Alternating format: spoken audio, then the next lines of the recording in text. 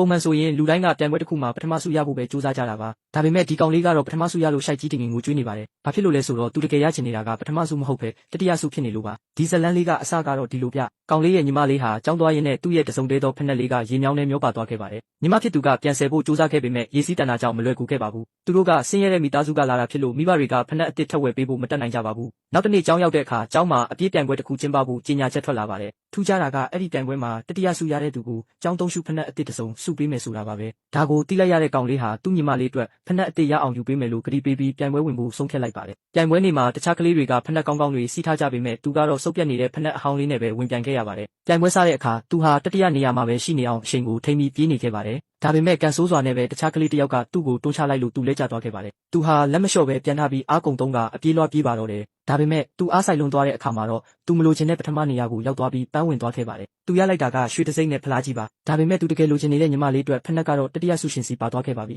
အိမ်ပြန်ရောက်တဲ့အခါလက်ပလာနဲ့ပြန်လာတဲ့အကိုဖြစ်သူကိုကြည့်ပြီးညီမလေးကဝမ်းနည်းနေခဲ့ပါတယ်အကိုဖြစ်သူခမများလဲနာကျင်ပင်ပန်းနေတဲ့သူ့ခြေထောက်လေးတွေကိုကြည့်ရင်စုပ်ပြက်ပြီးဆက်ဝတ်လို့မရတော့တဲ့သူ့ဖက်နှက်လေးနဲ့အတူဘာမှမတတ်နိုင်ပဲငြိမ်သက်စွာထိုင်နေခဲ့ရပါတော့တယ်ပထမဆုရပေမဲ့ရှုံးနေသူတယောက်လိုခံစားနေရတဲ့အကိုဖြစ်သူရဲ့မေတ္တာတရားကတော့တကယ်ကိုယဉ်နှင်းစရာပါပဲဗျာ